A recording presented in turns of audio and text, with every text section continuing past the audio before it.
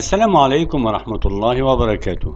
هنتكلم النهاردة عن مباراة الأهلي وسموحة في الدوري العام، المباراة القادمة إن شاء الله. أغلق الجهاز الفني للنادي الأهلي بقيادة السويسري مارسيل كولر صفحة مباراة فريقه أمام فاركو، والتي فاز فيها الفريق الأحمر بهدفين مقابل هدف، والتي أقيمت مساء الثلاثاء على استاد برج العرب بالإسكندرية ضمن منافسات الجولة الثامنة لمسابقة الدوري المصري الممتاز من أجل الاستعداد لمواجهة نادي سموحة.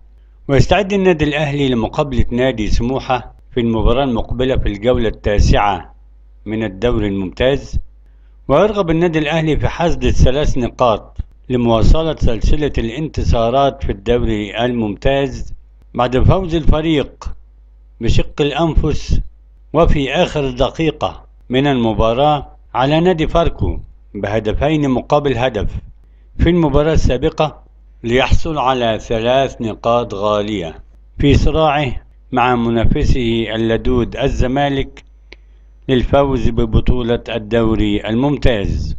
ويدخل النادي الأهلي مباراة سموحة وقد كسب 3 نقاط غالية من نادي فاركو، وذلك بعد أن فاز عليه بهدفين مقابل هدف في المباراة السابقة، وهو في المركز الأول برصيد 22 نقطة جمعها بالفوز في 7 مباريات والتعادل في مباراة واحدة.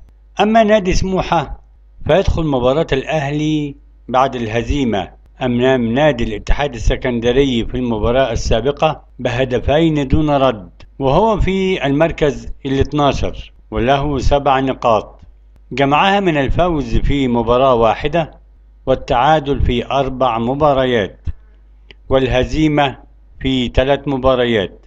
ويستعد الأهلي لمواجهة سموحة في المباراة المقبلة المقرر لها 7 مساء الأحد المقبل على استاد الأهلي والسلام ضمن منافسات الجولة التاسعة لمسابقة الدوري الممتاز.